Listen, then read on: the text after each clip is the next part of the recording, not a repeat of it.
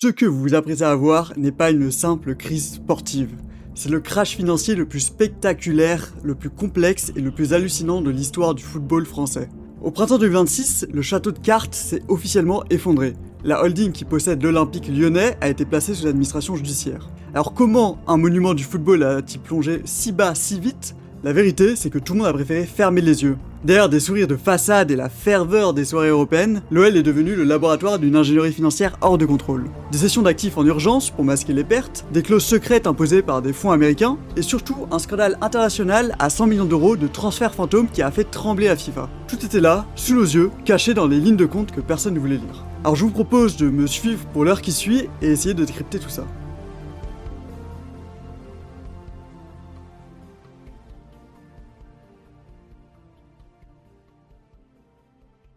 Depuis plus de 3 décennies, le modèle économique conçu par Jean-Michel Aulas reposait sur un double pilier vertueux.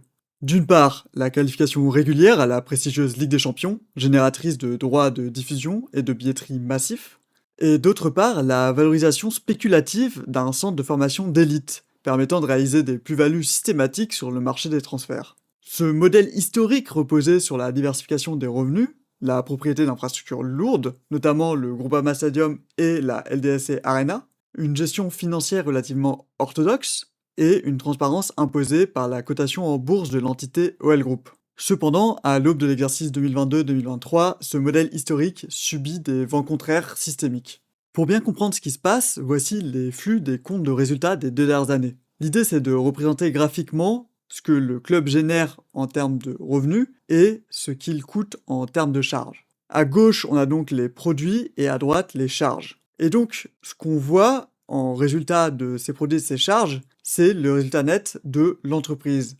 Et sur ces 2 années, précédant l'exercice 2022-2023, on a 2 années qui sont déficitaires. C'est représenté par la petite bande rouge que l'on voit, qui sont les pertes annuelles du club. Et donc on voit qu'en fait le club vient d'enchaîner 2 années de pertes. Une première année avec 100 millions de pertes et une seconde avec 50 millions de pertes. Alors bien sûr c'est stratosphérique, c'est quelque chose qui est énorme pour un club de foot. Et donc la non-qualification pour les compétitions européennes lors de la saison 2022-2023 ampute le club d'une ressource d'exploitation indispensable. C'est un coup d'arrêt sportif qui s'ajoute aux cicatrices profondes laissées par la pandémie de Covid-19, qui a déjà paralysé les recettes de billetterie, mais également par le naufrage financier du diffuseur Mediapro ayant privé le football français de près de 60% de ses revenus télévisuels attendus. Pour maintenir le club à flot durant cette tempête, ce manque de revenus, l'ancienne direction a dû contracter 2 prêts garantis par l'État. C'est ce qu'on appelle des PGE. Et donc il contracte l'équivalent de 170 millions d'euros. Une dette d'urgence qui va peser lourdement sur la structure de remboursement à long terme d'OL Group. Alors maintenant qu'on a analysé les passés, qu'en est-il au 30 juin 2022 ? Pour bien comprendre la situation, je vous propose de faire un état des lieux de la situation financière. Déjà, on a des réserves d'argent qui ont fondu, l'argent directement disponible sur les comptes est passé de 70 millions d'euros en 2021 à 30 millions d'euros en 2022. Ensuite, on a un club qui vit à crédit au quotidien, c'est-à-dire que pour réussir à payer ses factures courantes, par là j'entends le salaire, les frais de fonctionnement du club, et ce dernier a été obligé d'user des réserves de crédit de 100 millions d'euros. C'est l'équivalent d'un très gros découvert autorisé par les banques. On a également une dette énorme liée au stade, le club accumule 330 millions d'euros de dette, et cette somme vient principalement de l'emprunt réalisé pour construire le Groupama Stadium, qui est donc le stade de l'OL. On a également le poids caché d'une nouvelle salle, la LDLC Arena. En fait, le club a d'autres obligations financières qui s'ajoutent à sa vraie dette, c'est-à-dire que pour financer la LDLC Arena, qui est en fait la seconde salle du club, ce dernier a vendu les murs du bâtiment pour en devenir un simple locataire. Et donc ce montage financier représente un coût futur d'environ 130 millions d'euros. Enfin, on a un accord de secours avec les banques, c'est-à-dire qu'à cause de ces montagnes de dettes, le club risquait de ne plus respecter les limites fixées par ces banques. C'est ce qu'on appelle les covenants. Et donc ne pas respecter ces covenants l'aurait mis dans une situation de faillite technique. Pour éviter cela, le club a donc dû demander à ses créanciers de lui accorder une exception temporaire, une pause dans le respect de ses règles. C'est une sorte de délai pour se remettre à flot. Et donc on voit bien que, en fait, en 2022, le club enchaîne une sorte de millefeuille de problèmes financiers, et tout ça peut être assez facilement visible via le bilan. Et c'est pour ça que je vais vous présenter le bilan du club au 30 juin 2022. Alors si vous avez jamais fait de finance d'entreprise, je vais vous expliquer brièvement ce qu'est un bilan. L'idée d'un bilan, c'est de faire un état des lieux, une photo de l'entreprise à une date donnée. À gauche, on va avoir les actifs, c'est ce que possède l'entreprise. Donc ici, par exemple, ça va être le stade ou les contrats de joueurs. Et à droite, on va avoir comment ces actifs ont été financés. Et ça a été fait soit par des fonds propres, c'est-à-dire par l'argent des actionnaires, soit par de la dette. Et là, je vous demandais de faire très attention à la colonne de droite, donc la colonne des passifs. Et donc sur cette colonne, on voit que l'entreprise est ultra endettée. C'est chaud, genre vraiment vraiment chaud. En fait, ces petits 78 millions que l'on voit, c'est ce qui sépare le club du dépôt de bilan. Et pour rappel, comme on l'a vu tout à l'heure, le club vient d'enchaîner 2 années avec respectivement 100 millions et 50 millions d'euros de pertes. Donc, pouvoir tanker ces pertes avec seulement 78 millions, c'est compliqué. C'est peut-être que le club n'est que à 1 année du dépôt de bilan. Et donc, face à ce constat d'un club déficitaire, la seule solution de le sauver, c'est de remettre au pot. Malheureusement, tous les investisseurs historiques ne sont pas prêts à faire ce sacrifice. C'est notamment le cas du groupe cinématographique Pathé, ainsi que du fonds d'investissement IDG Capital, qui ont chacun 20% des parts, et donc qui représentent ensemble 40% de l'actionnariat. Eux ne veulent pas assumer les pertes opérationnelles courantes du club et cherchent donc à vendre leurs parts. L'ouverture du capital d'OL Group en 2022 n'est donc pas le fruit d'une décision isolée de Jean-Michel Aulas, mais répond simplement à l'exigence impérative de sortie des actionnaires financiers historiques. On a donc un processus de sélection de repreneurs qui est entamé, et c'est plutôt long et disputé,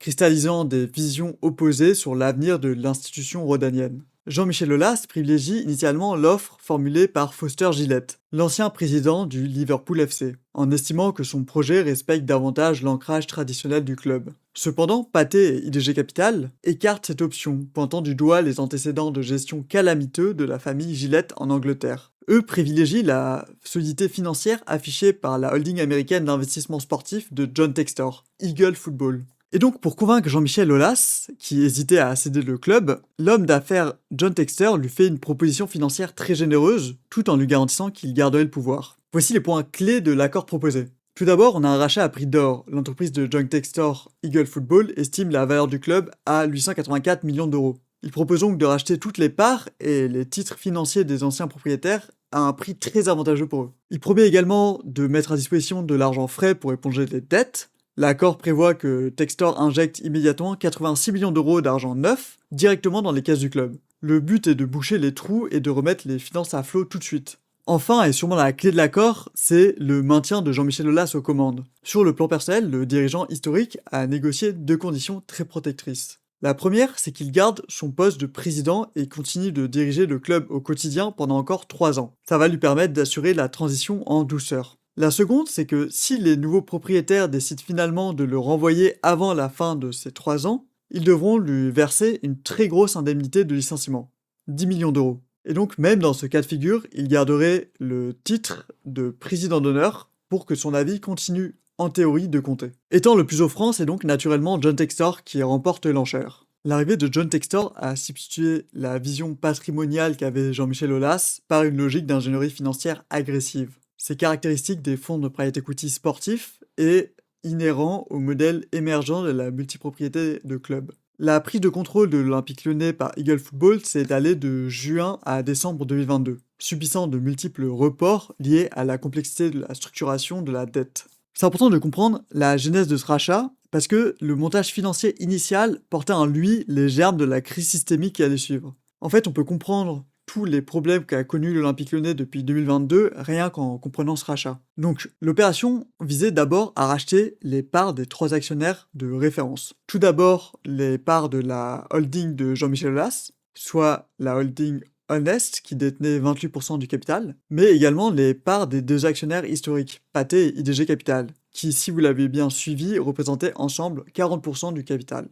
Cette transaction a été évaluée sur la base d'une valeur d'entreprise de 884 millions d'euros. Alors, il est important de préciser ici que l'on parle de valeur d'entreprise, donc seulement de la valeur des actifs de l'entreprise. Si vous vous rappelez bien du bilan, en fait, on parle ici que de la valeur de la colonne de gauche. Or, dans les faits, quand on rachète une entreprise, on rachète les parts des fonds propres, les actions. Donc, on ne rachète pas toute la colonne de gauche, on rachète que la partie verte de la colonne de droite, ce qui a permis de financer les fonds propres et on ne rachète pas non plus la dette. Donc fondamentalement, ce que John Textor rachète ici, c'est les 78 millions d'euros qu'on voyait ici. Alors bien sûr, il ne va pas dépenser exactement 78 millions d'euros. Il y a toute une logique de finance d'entreprise un peu longue à expliquer que je vais pas faire ici, parce que ça n'a pas forcément un grand intérêt. Mais dans l'idée, c'est que pour acheter 70% de cette tranche verte, il va débourser 120 millions d'euros. On a donc là la première strate du rachat. En fait, il va racheter 40 millions d'actions au prix unitaire de 3 euros. Ce prix traduit une décote colossale par rapport à celui de l'introduction en bourse en 2007, qui a été fixé à 24 euros l'action. Toutefois, il offre une porte de sortie immédiate et liquide pour des actionnaires historiques désireux de se désengager. Deuxièmement, le montage incluait l'acquisition de 789 824 OSRAN au prix unitaire de 265,57 euros. Alors les OSRAN, c'est les obligations subordonnées remboursables en actions nouvelles ou existantes. Ce sont des instruments de quasi-fonds propres et ils ont historiquement été émis par l'OL pour financer la construction du Groupama Stadium. Alors j'imagine bien que comme ça vous aide pas forcément à comprendre ce que c'est, donc je vais essayer d'expliciter le fonctionnement et l'intérêt d'utiliser ce type d'instrument. Alors, ce sont des instruments un peu complexes. L'idée, c'est que c'est une dette qui passe après celle des banques classiques. Ainsi, Olas a pu lever des millions pour le Groupama Stadium sans griller sa capacité d'endettement. La banque classique a l'assurance d'être remboursée en priorité. Elle considère donc que cette dette est quasiment comme des fonds propres pour l'entreprise. Leur rachat était juridiquement indispensable pour qu'Eagle Football puisse consolider son contrôle et éviter une division future. En fait, l'avantage pour Olas, c'est qu'il n'a pas été dilué immédiatement en levant cette dette via des OSRAN. Mais la particularité de cet instrument, c'est qu'à la fin du prêt, il ne se rembourse pas en cash. Il se rembourse automatiquement en actions. La dilution finit donc par arriver, à la fin du chrono, ses créanciers se payent en devenant de vrais actionnaires du club. C'est donc une solution d'endettement qui permet de financer le stade, mais qui en contrepartie détériore la valeur de l'actionnaire étant donné qu'il va se faire diluer. Il va perdre du pourcentage d'ownership de l'entreprise. Il est important de comprendre que Textor a besoin de s'assurer le contrôle du club, et ce pour 3 raisons. La première, c'est celle qu'on a déjà expliquée, c'est la liberté stratégique. Eagle Football est une galaxie de clubs, avec Botafogo, Crystal Palace, Molenbeek, en plus de l'OL. Le modèle économique de ce type de structure repose sur des transferts de joueurs entre ces clubs pour en optimiser la valeur. Faire valider ces conventions réglementées, c'est-à-dire ces transactions entre sociétés du même groupe, demande de passer par une assemblée générale où siègent d'anciens actionnaires puissants comme Pathé, IDG Capital ou Olas. Et donc les garder au capital, c'est un vrai cauchemar.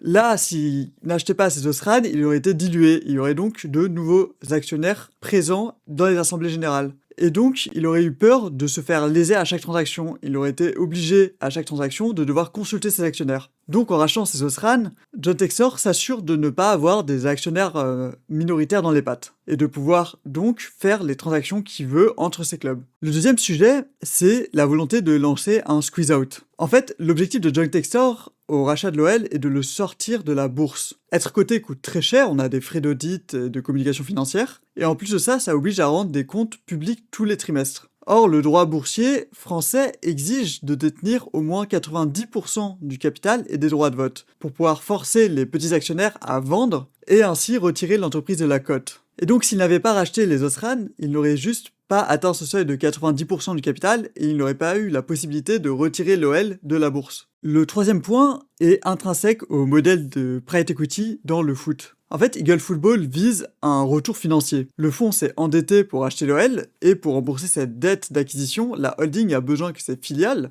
dont l'OL, lui versent des dividendes massifs et lui octroient des prêts intra-groupes comme des management fees. Si Textor avait laissé des actionnaires minoritaires significatifs, ces derniers auraient pu attaquer ces décisions en justice pour abus de majorité. Ils auraient pu arguer que ces transferts de cash servent Textor mais appauvrissent le club. Et donc pour ces 3 points, John Textor était finalement obligé de racheter les OSRAN pour pouvoir mener à bien son projet. C'est pour ça que le rachat n'a pas inclus uniquement du rachat d'actions. Alors on a bien vu comment était constitué le deal, qu'est-ce que concrètement Eagle Football rachetait, mais on n'a pas vu comment c'était financé. Et donc on va s'intéresser à la dette de Ares Management. En fait, c'est dans le financement de cette acquisition que réside le premier mécanisme financier complexe de l'ère Textor. Eagle Football Holding Bidco, la holding londonienne de John Textor, n'a pas acquis l'OL sur fonds propres uniquement. C'est-à-dire qu'ils n'avaient pas de l'argent directement à disposition pour pouvoir acheter le club. Ils l'ont donc fait via de la dette. Le fonds a structuré l'opération sous la forme d'un LBO, un leverage buyout. Alors le LBO est une technique financière consistant à financer le rachat d'une entreprise par un recours massif à l'endettement. le remboursement de cette dette devant théoriquement être assuré par les flux de trésorerie futurs de la cible. En gros, on va compter sur l'OL pour générer suffisamment de revenus, suffisamment de recettes pour pouvoir rembourser cette dette. Donc pour lever les fonds, Eagle Football a émis des obligations souscrites par un consortium de prêteurs privés américains, mené par Ares Capital, Monroe Capital et Cell Note Investment. L'accord initial, effectif en mi-décembre 2022, portait sur un montant principal maximum de 425 millions de dollars, soit 385 millions d'euros. Structuré en plusieurs séries A à D, avec une maturité in fine de 6 ans, c'est-à-dire prenant fin en novembre 2028. Alors le point clé de cette opération repose sur la garantie exigée par le prêteur, Ares Capital. Pour accorder ce prêt, le fonds ne s'est pas contenté de faire confiance à la capacité de remboursement de John Textor, il s'est protégé en mettant en place un nantissement de premier, deuxième et troisième rang sur l'intégralité des actions de l'Olympique Lyonnais, qui étaient donc détenues après l'achat par Eagle Football. Concrètement, un nantissement fonctionne comme un système de mise au clou ou d'hypothèque. Les actions du club ont été données en gage absolu et ultra prioritaire pour sécuriser le prêt. Si jamais je fais faillite, je ne suis pas capable de faire face à cette dette, alors je donne mes actions. Alors ce montage d'ingénierie financière a créé ce que l'on peut qualifier d'asymétrie fatale. D'un côté, la société mère Holding Eagle s'est endettée pour acheter le club, mais de l'autre, le risque en cas de problème reposait réellement plutôt sur le club, c'est-à-dire l'OL. Alors comme on l'a dit, les documents de crédit stipulaient donc une règle implacable: si la société mère Eagle Bitco devenait incapable de rembourser sa dette, faisait face à un défaut de paiement, les prêteurs qui ont financé l'opération avaient le droit de faire jouer leur garantie pour saisir les actions, et ainsi prendre le contrôle de l'Olympique Lyonnais. Alors on pourrait se dire, pas de souci, ce n'est que le fonds qui perdrait le contrôle de l'OL, et que dans le pire des cas, Ares récupérera le contrôle du club, mais en fait ce qu'il faut bien comprendre avec ce type de rachat, c'est que ça implique au moins 3 points. Le premier, c'est que la société mère Eagle Bitco n'a pas d'activité propre. Elle ne vend pas de billets, ni de maillots, ni de droits TV. Sa seule source de revenus provient de ses actifs, en l'occurrence ici l'Olympique Lyonnais. Pour éviter de faire un défaut sur son énorme dette envers Ares et de se faire exproprier, l'actionnaire va donc forcer le club à générer du cash à tout prix. Concrètement, cela signifie vendre les meilleurs joueurs de l'équipe, même si c'est mauvais pour les résultats sportifs, réduire drastiquement les investissements, notamment sur le centre de formation et le recrutement, faire remonter tout l'argent possible vers la holding pour rembourser les intérêts. Le club est donc financièrement essoré pour sauver son propriétaire. Deuxième point, si le pire arrive et qu'Ares Capital saisit les actions, OL ne tombe pas entre les mains d'un passionné de football, mais d'un fonds de dette. Le but d'Ares n'est pas de gagner la Ligue des Champions ou de bâtir un projet sur 10 ans, leur but est de récupérer leur argent le plus vite possible. Et donc pour un club, cela signifie souvent un démantèlement brutal, avec la vente du stade, la vente en urgence de joueurs bankable, et ainsi transformer les actifs du club en monnaie trébuchante. Enfin, le troisième point, c'est que dans le football français, on a un gendarme financier qui se nomme la DNCG. Et la DNCG ne sépare pas hermétiquement le propriétaire et le club. Si la holding qui possède l'OL est surendettée ou en défaut de paiement, la DNCG considère l'OL comme étant en danger de mort. Et donc c'est le club qui va subir ces sanctions. Encadrement de la masse salariale, interdiction de recruter de nouveaux joueurs, et dans le pire des cas, une relégation administrative en division inférieure. Et donc on voit bien avec ces 3 points, l'inadéquation de ce modèle au secteur du football. Un LBO exige que la cible génère de l'argent, et ce de manière récurrente, pour remonter des dividendes à la holding. Et ainsi lui permettre d'honorer le service de la dette, c'est-à-dire payer les intérêts et le principal de cette dette. Or, un club de football professionnel, en raison de l'inflation de la masse salariale des joueurs et de la volatilité des revenus sportifs, génère rarement des cash flows libres positifs suffisants. Donc dès le départ, l'OL était incapable de financer la dette qui avait servi à l'acheter. Pour éviter le défaut de paiement, John Textor a dû enclencher une stratégie frénétique de liquidation des actifs périphériques et restructurer le bilan. On arrive donc à une phase de grand démantèlement. Face à l'urgence de liquidité dictée par la structuration du LBO et aux pressions des créanciers, Eagle Football a mis en œuvre une série de manœuvres visant à assainir artificiellement le bilan à court terme,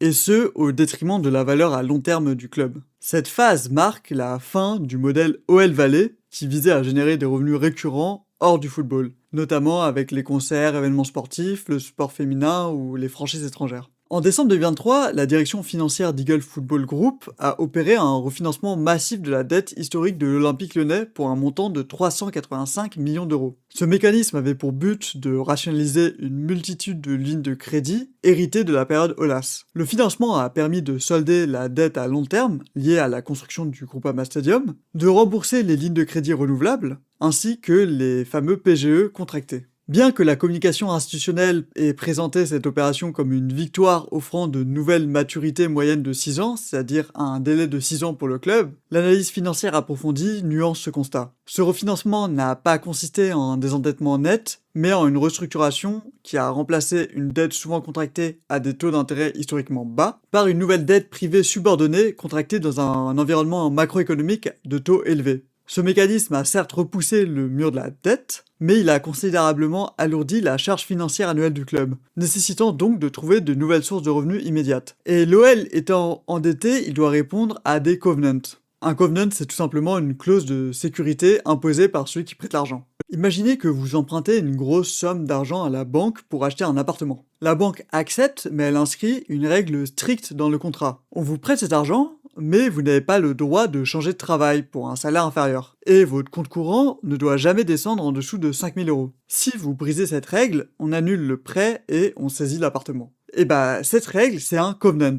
Pour une entreprise comme l'OL, c'est la même chose, mais à l'échelle de centaines de millions. Le fonds Ares prête l'argent à Textor, mais il impose des limites strictes. Le club doit maintenir un certain niveau de revenus et ne pas trop s'endetter par ailleurs. Le problème avec les covenants, c'est que c'est une épée de Damoclès. Si l'entreprise va mal et franchit cette ligne rouge, ce qu'on appelle briser un covenant, le prêteur peut exiger le remboursement immédiat de la totalité de la dette. Et comme l'entreprise n'a évidemment pas cet argent sous la main, c'est le dépôt de bilan instantané, ou dans notre cas, la perte totale du contrôle du club. Pour répondre aux covenants financiers, imposés par les nouveaux créanciers, et pour générer les plus-values comptables nécessaires pour passer l'obstacle de la DNCG, l'OL a donc procédé à la liquidation de ses actifs tangibles. La manœuvre la plus symbolique a été la vente de la LDLC Arena, une salle multifonction ultramoderne dont l'OL était le propriétaire et l'initiateur. En juin 2024, la salle a été cédée à la société All Arena, une entité créée par Allnest. Alors si vous vous rappelez bien, Allnest, c'est la holding de Jean-Michel Aulas et de son fils Alexandre.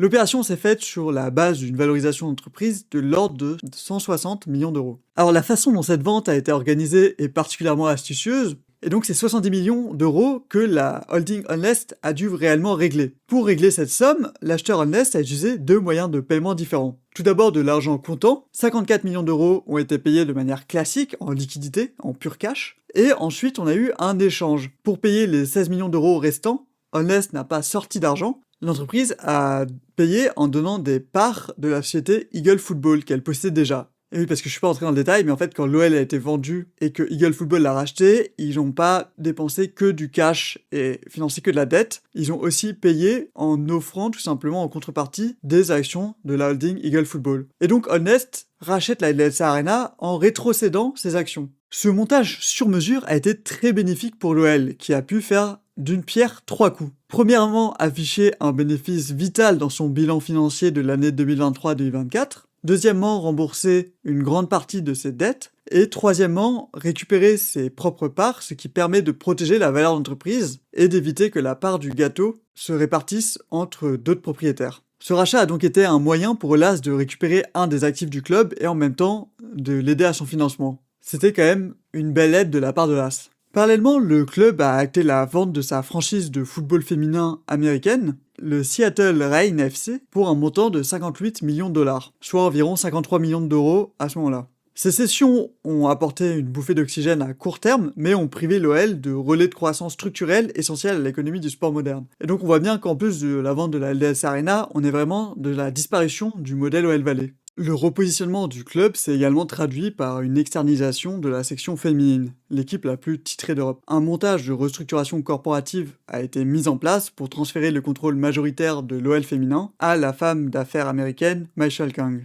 L'opération a été structurée sous la forme d'un échange de titres, finalisé au début de l'année 2024. OL Group a apporté son équipe féminine, tandis que Michelle Kang, via sa société IMK Holdings, a apporté la majorité des parts de la franchise américaine du Washington Spirit pour créer une nouvelle entité mondiale de football féminin multiclub. C'est donc un MCO encore, mais sur le football féminin. IMK Holdings est devenu l'actionnaire majoritaire de cette entité à hauteur de 53%. Financièrement, cette scission a permis à Eagle Football de déconsolider les coûts opérationnels de la section féminine, tout en maintenant des revenus de licence et des contrats de prestation de services, notamment sur la location du Groupama Stadium et du centre d'entraînement. L'importance de cette femme d'affaires américaine s'est rapidement avérée vitale pour la survie du groupe masculin. En effet, IMK Holding a procédé à une injection directe de trésorerie de 21 millions d'euros dans les caisses d'Eagle Football. Plus tard, en juillet 2025, IMK Holding a également fourni une contre-garantie essentielle pour l'obtention d'un waiver bancaire permettant à l'OL de tirer une nouvelle ligne de crédit de 30 millions d'euros.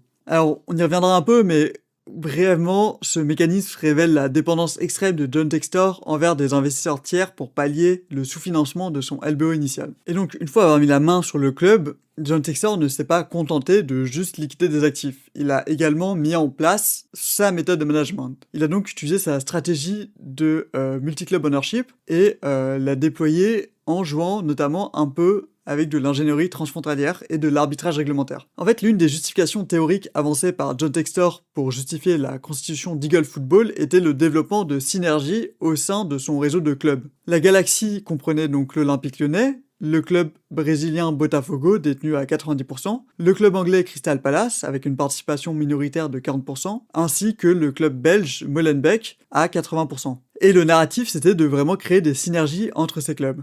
Cependant, l'analyse des flux de joueurs et de capitaux démontre que ce réseau a été utilisé de manière avérée dans certains cas et supposée dans d'autres, non pas comme un outil de développement sportif, mais plutôt comme une plateforme d'arbitrage réglementaire pour contourner les règles financières strictes du football français. Alors comme on a pu le voir, la DNCG est la commission indépendante chargée de surveiller les comptes des clubs du football professionnel en France. Son objectif est de garantir l'équité sportive ainsi que la pérennité financière des entités. Contrairement au système anglo-saxon basé sur l'endettement à haut risque, la DNCG applique une doctrine comptable prudente, exigeant des liquidités immédiates ou des garanties bancaires inconditionnelles pour couvrir le passif. On est donc sur un modèle de gestion vu comme beaucoup plus raisonnable. Face aux pertes de l'OL, la DNCG a placé le club sous un régime d'encadrement strict de la masse salariale et d'indemnité de mutation pour la saison 2023-2024.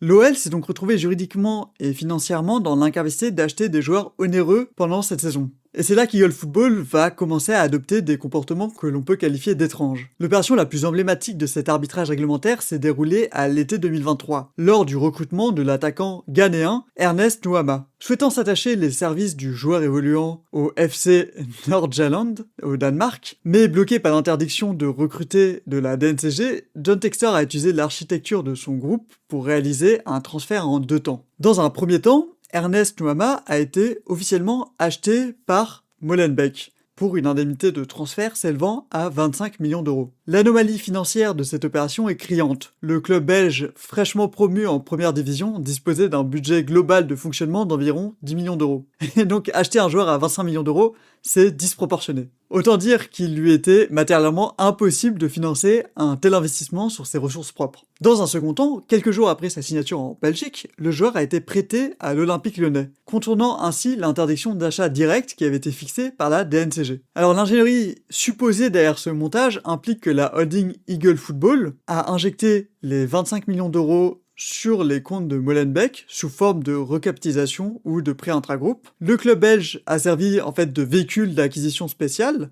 L'astuce repose donc sur une asymétrie juridictionnelle. La DNCG française a l'autorité pour auditer les comptes de l'OL, mais n'a aucun pouvoir d'investigation sur les comptes du club de droit belge. Lors de l'enregistrement du prêt, la DNCG n'a pu que constater la conformité du contrat de prêt à court terme, sans pouvoir bloquer l'opération originelle. Parce que la DNCG n'a en fait la possibilité d'agir que sur l'OL et pas sur les autres clubs. Alors, je vais quand même faire un petit point sur la distinction entre ce qui est avéré et ce qui est supposé. Ce qui est avéré, c'est que le parcours du joueur entre ce club danois, Molenbeek et l'OL est réel. Le montant de 25 millions d'euros et la disproportion avec le budget du club belge est réel. Et l'homologation formelle du prêt par la FIFA et la LFP l'est tout autant. Ce qui est supposé, c'est l'intention frauduleuse visant à bafouer les règles du fair-play financier de manière concertée. Suite au signalement de dirigeants du football français dénonçant un tour de passe-passe, la FIFA a officiellement ouvert une information de suivi, donc en fait c'est un terme un peu complexe pour parler juste d'une enquête, pour clarifier le processus de recrutement et déterminer s'il s'agissait d'un transfert illégal, prohibé par les règlements de l'instance internationale. Et donc, John Textor va vraiment utiliser ces deux leviers pour essayer de mettre en place sa stratégie de la liquidation d'actifs et faire des synergies entre ces clubs et peut-être même aller jusqu'à faire du jeu réglementaire. Mais malgré les stratagèmes de transfert et de cession d'infrastructures, la macroéconomie de l'Olympique Lyonnais est restée structurellement déficitaire. À l'instar de quasiment tous les clubs de foot, ce n'est pas un business rentable. À cela s'ajoute l'effondrement des droits télévisuels de la Ligue 1, qui ont été consécutifs au retrait de Mediapro, puis à l'accord au rabais avec DAZN. Et donc, le club français s'est retrouvé dans une crise de liquidité terrible. On a également une masse salariale qui est restée hors de contrôle, estimée dans les 160-180 millions d'euros. Donc, les résultats annuels de l'exercice 2024-2025 ont révélé l'ampleur du désastre. Un résultat opérationnel en perte de 150 millions d'euros, des charges financières nettes de 45 millions d'euros, conduisant donc à une perte abyssale de 200 millions d'euros sur l'année. On est donc bien pire qu'avant les résultats déficitaires de 100 millions et 50 millions d'euros. Là, on est à 200 millions d'euros. Le 15 novembre 2024, la DNCG a prononcé des sanctions d'une sévérité historique à l'encontre de l'Olympique Lyonnais. Face à un endettement cumulé s'élevant à 505 millions d'euros, le gendarme financier a décidé 3 points. Le premier, un encadrement strict de la masse salariale, ce qui est relativement utile quand on a pu voir la difficulté de contrôle que le club avait dessus. Ensuite, une interdiction totale de recruter lors du marché hivernal. Et en troisième point, la rétrogradation administrative à titre conservatoire de l'équipe première en Ligue 2, à l'issue de la saison sportive 2024-2025. Cette décision a vraiment mis en lumière la compatibilité totale entre la doctrine de la DNCG et les projections comptables de John Textor. L'investisseur américain a tenté de défendre son dossier en s'appuyant sur des événements de liquidité future et hypothétique, notamment les promesses de vente de joueurs, estimées à 6 départs en janvier, la cession espérée de ses 40% dans Crystal Palace et l'ambition de réaliser une introduction en bourse, une IPO, de la holding Eagle Football Group, qu'il voulait donc aller faire coter à New York. Jean-Marc Mickler, le président de la DNCG, a justifié publiquement sa décision en expliquant la rigueur institutionnelle française. Selon lui, la DNCG a parfaitement écouté, mais son rôle, le rôle de l'instance, c'est d'être sceptique par rapport à toute opération qui n'a pas été encore réalisée. La DNCG refuse de consolider des actifs illiquides ou des projets de levée de fonds incertaines.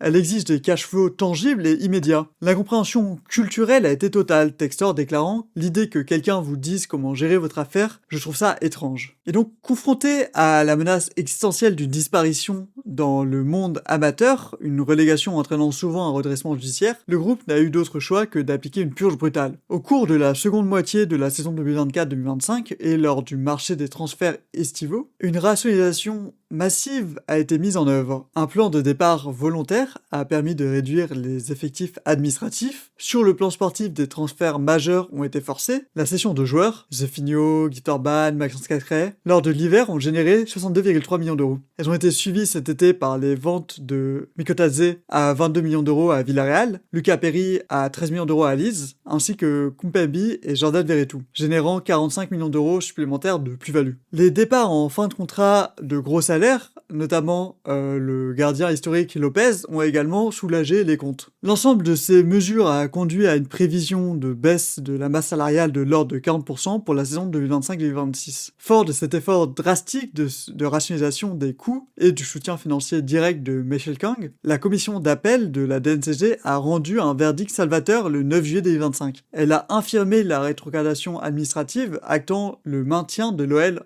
en Ligue 1, mais ce, sous réserve d'un encadrement persistant de la masse salariale. Le maintien parmi l'élite a également permis de préserver la qualification vitale du club pour l'Europa League, qui garantit des revenus de billetterie et de droits UEFA conséquents. Le club semblait donc partir sur de nouvelles bases, mais c'était sans compter sur une révélation d'une ingénierie financière nouvelle. Si le front réglementaire français semblait se stabiliser à l'été 2025, un scandale financier international de grande ampleur couvait dans l'ombre du réseau Eagle Football. Alors pour bien comprendre l'astuce utilisée, il faut saisir le mécanisme d'affacturage, de factoring, et comment c'est expliqué ici à l'économie du sport. En fait, lorsqu'un club A vend un joueur à un club B pour 30 millions d'euros, le paiement est rarement comptant. Il est souvent lissé sur 3 ou 4 annuités. On va pas payer directement la première année, on va plutôt l'étaler sur 3 ou 4 ans. Si le club A a un besoin urgent de trésorerie, il peut céder sa créance, c'est-à-dire le droit de recevoir les versements futurs du club B. Et il le cède par exemple à une société financière spécialisée dans le factoring, l'affacturage. Cette société, on va l'appeler le factor. Donc le factor avance immédiatement les 30 millions d'euros au club A, déduction faite d'une décote ou de commission, ce qu'on va appeler le taux d'escompte, qui constitue sa rémunération. Donc la société financière rachète en quelque sorte la créance avec une décote. C'est un mécanisme légal qui est très répandu et un moyen simple de se financer. En fait, plutôt que d'attendre de recevoir l'argent lié à notre vente de la part de la personne à qui on l'a vendu, un intermédiaire financier va nous avancer l'argent pour le compte de cette personne. Donc c'est quelque chose de très courant, mais ça devient problématique lorsqu'il est utilisé de manière opaque au sein d'un groupe multiclub pour lever des fonds sur la base d'opérations non finalisées ou délibérément fictives. Et c'est précisément l'objet du scandale des transferts fantômes. En juillet 2024, le réseau Eagle Football a annoncé des mouvements internes majeurs. Le transfert des joueurs brésiliens Luis Enrique et Igor Jesus, ainsi que du prodige argentin Thiago Almada de Botafogo vers l'Olympique Lyonnais. Sur le papier, ces opérations représentaient des transactions d'une valeur marchande cumulée évaluée à près de 100 millions d'euros. Or, ces transferts n'ont jamais eu lieu sportivement, ni légalement en France. Aucun de ces joueurs n'a été enregistré par la Ligue de football professionnel, la LFP, comme appartenant à l'OL. Aucun n'a participé à un entraînement ou figuré sur une feuille de match à Lyon. Luis Enrique a finalement été transféré au Zénith Saint-Pétersbourg et Igor Jesus à Nottingham Forest. Et donc Botafogo, toujours sous le contrôle de John Textor, et des sociétés d'affacturage britanniques, notamment PRPF, qui sont donc ici les factors dont on a parlé, affirment que des contrats de vente liant Botafogo à l'OL ont bien été signés au sein de la holding. Alors notez que visiblement c'est encore en jugement aux dernières nouvelles. Donc l'ingénierie contestée repose sur la titrisation de ces faux transferts. Alors la titrisation c'est un gros mot, mais globalement on parle ici de la transformation de fausses promesses de vente en argent liquide immédiat. En fait, il est reproché à la direction de Botafogo d'avoir présenté ces contrats de transfert non réalisés à des sociétés d'établissement d'affacturage londoniens, et ainsi d'avoir pu lever des dizaines de millions de dollars de cash immédiat. En clair, l'affactureur a prêté des fonds à Botafogo en croyant détenir une créance solide sur l'Olympique Lyonnais, parce qu'il pensait que l'Olympique Lyonnais avait vraiment acheté ses joueurs. Sauf qu'il n'y a jamais eu de transaction. Lorsque les paiements ne sont pas arrivés, puisque les transferts étaient nuls et non avenus, les créanciers se sont retournés contre le club français. PRPF a ainsi assigné l'OL SASU devant la Cour de justice de Londres, réclamant 43 millions de dollars en principal majoré de 6,5 millions de dollars de pénalité et d'intérêts exorbitants de 10% par mois. De son côté, Botafogo a lancé en avril 2026 une action devant le tribunal de Rio de Janeiro pour exiger de l'OL un paiement de 125 millions d'euros, incluant ses créances de transfert et des avances de trésorerie non remboursées. Alors si ces allégations sont prouvées, le mécanisme s'apparente à une escroquerie financière sophistiquée consistant à émettre des factures de complaisance intra-groupe pour obtenir des lignes de crédit externes. Le scandale a pris une dimension institutionnelle catastrophique lorsque la nouvelle gouvernance de l'OL, purgeant les dossiers après la mise en retrait progressive de John Textor, a découvert une série d'engagements hors bilan. Entre 2023 et 2025, John Textor, agissant en sa qualité de dirigeant, aurait engagé la signature et la caution solidaire de l'Olympique Lyonnais pour garantir les dettes contractées par Botafogo et Molenbeek. Ces garanties, qui n'avaient jamais été soumises à l'approbation du conseil d'administration et n'avaient pas été provisionnées dans les rapports financiers audités précédemment, incluaient 3 garanties. La première, un engagement initial de 30 millions d'euros signé par l'OL en faveur d'un club ayant vendu un joueur à Molenbeek. La seconde, un engagement conjoint et solidaire de 20 millions d'euros fourni par l'OL et Eagle Bitco en faveur d'une société d'affacturage pour couvrir un transfert de Botafogo. Et en troisième, un engagement de 30 millions d'euros signé par l'OL en faveur du même prêteur pour sécuriser un prêt direct accordé à Botafogo. Le bénéficiaire réclame actuellement l'activation de 15 millions d'euros sur cette garantie. En fait, les 3 garanties que je viens de vous énumérer, c'est une sorte de deuxième coup de massue, en plus des questions d'affacturage. Ce qu'il faut bien comprendre, c'est que dans la galaxie Eagle Football, l'OL était le seul actif disposant d'un historique de crédit. C'est le seul actif capable de rassurer les banques européennes et britanniques. Et donc, Eagle Football a délibérément vampirisé le bilan de l'OL en l'utilisant comme garant de dernier ressort, pour soutenir à flot des entités périphériques insolvables, comme Molenbeek ou Botafogo. En fait, ces histoires de garanties qui ont été faites pour d'autres clubs ou d'affacturage permises par de faux transferts, c'était un moyen de sauver ses actifs périphériques, et ce, en utilisant l'OL. En droit des affaires français, l'utilisation du crédit ou des biens d'une société pour favoriser une autre entreprise dans laquelle le dirigeant a un intérêt direct, et ce sans contrepartie valable pour la société garante, est susceptible d'être qualifié d'abus de biens sociaux. Évidemment, l'OL conteste formellement la validité de ses engagements devant les tribunaux. Et donc, on a de vraies suspicions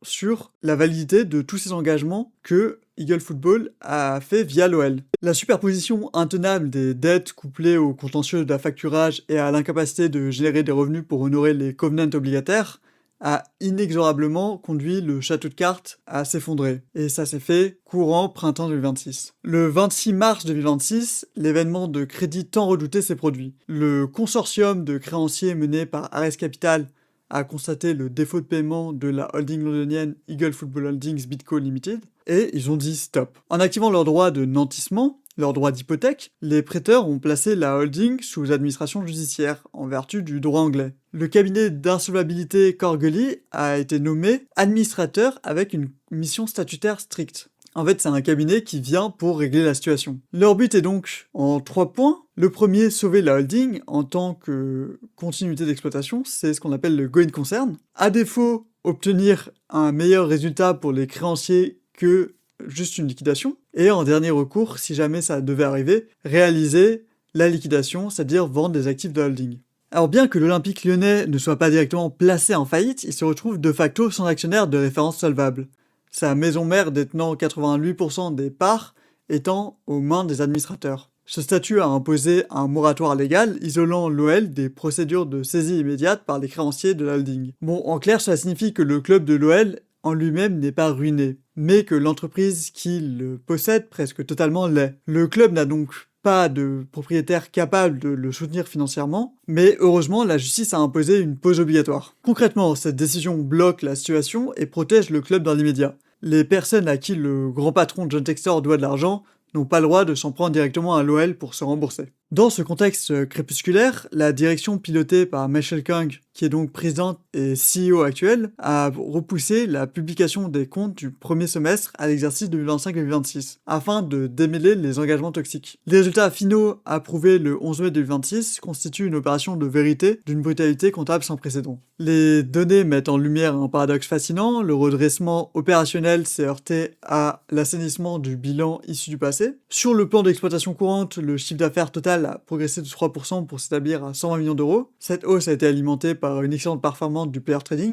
avec 45 millions d'euros et une hausse des revenus de la billetterie avec 22 millions d'euros. Et également portée par la participation à l'Europa League, compensant largement la baisse des droits TV. Les efforts de la cure d'austérité ont porté leurs fruits, les charges de personnel ont chuté de 39%, passant de 99 millions d'euros à 60 millions d'euros, et les achats ont également baissé de 22%. En conséquence, l'EBITDA, c'est-à-dire la production de cash de l'entreprise, s'est redressée spectaculairement pour approcher l'équilibre, c'est-à-dire moins 2 millions d'euros contre moins 46 millions d'euros au premier semestre de l'année précédente. Alors c'est pas parfait, mais dans l'idée, il y a du mieux. Cependant, la traduction de ce redressement dans les comptes de résultats a été oblitérée par les écritures de régularisation liées à l'ingénierie de Textor. Les commissaires en compte, c'est-à-dire ceux qui vérifient les comptes, qui s'assurent qu'il n'y a pas de fraude, ont exigé une provision pour dépréciation massive de 126 millions d'euros sur les créances intragroupes. En effet, l'OL avait prêté des fonds et comptabilisé des créances sur Eagle Bidco et Botafogo. Face à la faillite de Bidco, de Eagle Football, et à l'insolvabilité apparente de Botafogo, ces créances ont été jugées comme irrecouvables. En clair, l'OL a prêté de l'argent, mais ces personnes à qui il a prêté, que sont Botafogo et Bidco, vont être incapables de lui rembourser l'argent. Et donc, les commissaires aux comptes ont dit qu'il fallait déprécier ces créances, considérer qu'elles étaient déjà perdues. On va déjà considérer qu'on ne reverra jamais cet argent. Et donc la provision, qui est le nom en fait de cette dépréciation de créances, inclut une perte sèche de 40 millions d'euros, prêtée à la holding, ainsi que 86 millions d'euros sur les 142 millions d'euros dus à Botafogo. Donc Botafogo doit 52 millions, mais vu l'état financier du club, on peut déjà dire qu'on peut faire une croix sur 86 millions d'euros de ces 142 millions d'euros. En fait, pour faire simple, même si les finances de l'OL commençaient à s'améliorer, les montages financiers de son propriétaire ont tout plombé. Dans les faits, l'OL avait prêté beaucoup d'argent à sa propre maison mère, ainsi qu'à Botafogo, un autre club du même groupe, mais comme ces deux entreprises sont aujourd'hui ruinées ou presque, l'OL ne reverra jamais cet argent. Les contrôleurs financiers ont donc obligé le club à acter cette perte énorme de 126 millions d'euros. Évidemment, cette perte comptable record a complètement dévasté la structure du bilan. Au 31 décembre 2025, les capitaux propres consolidés du groupe ont plongé de moins 147 millions d'euros contre moins 163 millions d'euros 6 mois auparavant. La trésorerie nette est tombée à un niveau critique de 14 millions d'euros contre 62 millions d'euros en juin 2025 et l'endettement financier s'est accru pour atteindre 616 millions d'euros, gonflé par un prêt d'actionnaire d'urgence de 92 millions d'euros contracté en juillet 2025 pour éviter la cessation de paiement. La dette nette globale s'affiche donc à moins 674 millions d'euros. En fait, le club a beau être mieux géré, toute cette ingénierie financière plombe complètement le club. Les commissaires aux comptes ont assorti leur rapport d'observation formel, alertant sur le risque majeur affectant le principe de continuité d'exploitation, le going concern. En fait, ils ont peur que les litiges sur les garanties hors bilan et l'incertitude pesant sur la restructuration du capital ne permettent pas au club de survivre. Ils ont de réelles inquiétudes sur la pérennité de l'OL. L'analyse exhaustive des mécanismes financiers mis en place par John Textor à l'Olympique Lyonnais entre 2022 et 2026 offre un cas d'école des dangers inhérents de la financiarisation débridée des clubs de football et au modèle du multiclub ownership. En fait, appliquer ces méthodes financières au secteur du sport professionnel, notamment via des acteurs hautement leveragés, est profondément dangereux. La chronologie démontre que le péché originel réside dans la structure même de l'acquisition. Le financement d'un LBO, obligataire colossal garanti par des actifs de la cible, a imposé une pression de liquidité que l'exploitation d'un club de football est structurellement incapable de supporter. En fait, si tu rachètes un club en t'endettant, il faut que ce club puisse gérer de l'argent. Or, un club de football européen, ça ne génère juste pas d'argent. Ce n'est pas fait pour ça. Ce n'est pas une franchise NBA ou un slot de LEC. La place n'est pas garantie. Et donc, même si tu prends une équipe au rabais, tu n'auras jamais assez d'argent pour rembourser la dette de l'acquisition. Et donc, pour repousser l'échéance du défaut de paiement, l'ingénierie financière s'est d'abord concentrée sur le démantèlement des actifs tangibles bâtis sous l'ère Aulas, c'est-à-dire la vente de l'LDS Arena ainsi que la séparation de l'OL féminin. Ensuite, confrontée au mur réglementaire de la DNCG française, la holding a dévié vers l'arbitrage transfrontalier. Le recours à des clubs satellites comme Molenbeek a été utilisé pour réaliser des transferts ponts, comme on avait avec le cas de Ernest Nuama. Et même si c'est encore scruté par la FIFA et pas complètement jugé, on peut le voir comme une tentative de déjouer les règles du fair play financier par des artifices comptables intragroupes. Enfin, la dérive s'est accentuée vers ce qui apparaît comme une opacité coupable, la monétisation supposée de transferts fictifs. C'est notamment le cas qu'on a pu voir avec Enrique ou Rezus. Ça a donc consisté en l'utilisation de transferts fictifs auprès de sociétés d'affacturage britanniques adossées à la signature secrète de garanties intragroupes engageant la responsabilité de l'OL. Cette politique a consisté à siphonner la crédibilité de l'actif le plus sain,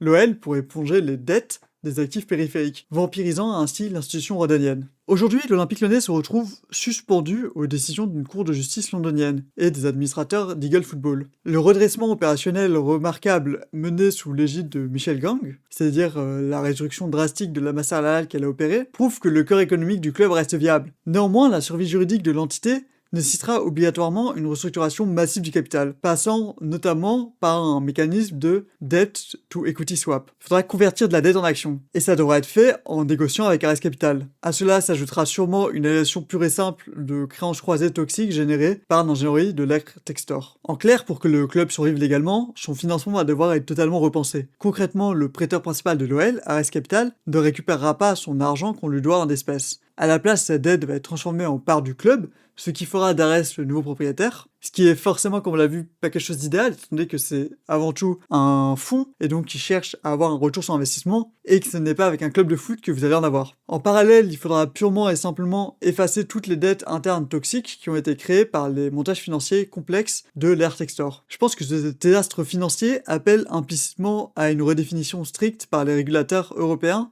des règles de gouvernance applicables au consortium multiclub. En fait, cette idée d'ingénierie financière dans le sport provient vraiment des modèles américains. On a des franchises et où en fait les revenus sont quasiment garantis parce que vous n'allez pas perdre des revenus juste en quittant la franchise. Alors que dans un club européen, si vous avez de mauvais résultats, vous sortez de la division, vous n'avez pas accès aux compétitions européennes et donc vos finances changent drastiquement. Alors soit on opte vers un modèle américain où on se met à créer des franchises comme on a pu voir avec la Super League, soit on garde notre modèle européen, et dans ce cas, on demande vraiment une gestion plus drastique des clubs, et donc forcément, ça se traduira également par une perte d'argent dans le sport, c'est-à-dire que peut-être que les salaires des joueurs vont diminuer, peut-être aussi que les infrastructures vont un peu se réduire pour être proportionnées avec ce que rapporte réellement le foot. Alors voilà, c'est la fin de la vidéo, j'espère que ça vous a plu. J'ai essayé vraiment de me prêter à cet exercice de traiter tout le cas de l'OL en faisant à la fois une vidéo qui peut plaire à des gens qui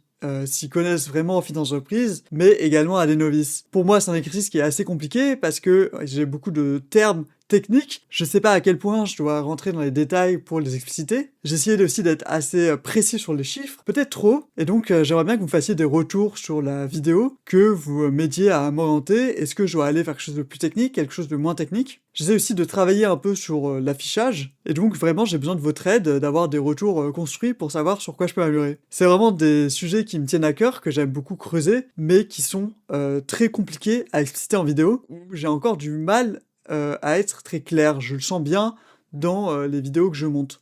Alors si ça vous a plu, je vous invite à vous abonner, laisser un like. Merci à vous, et à la prochaine.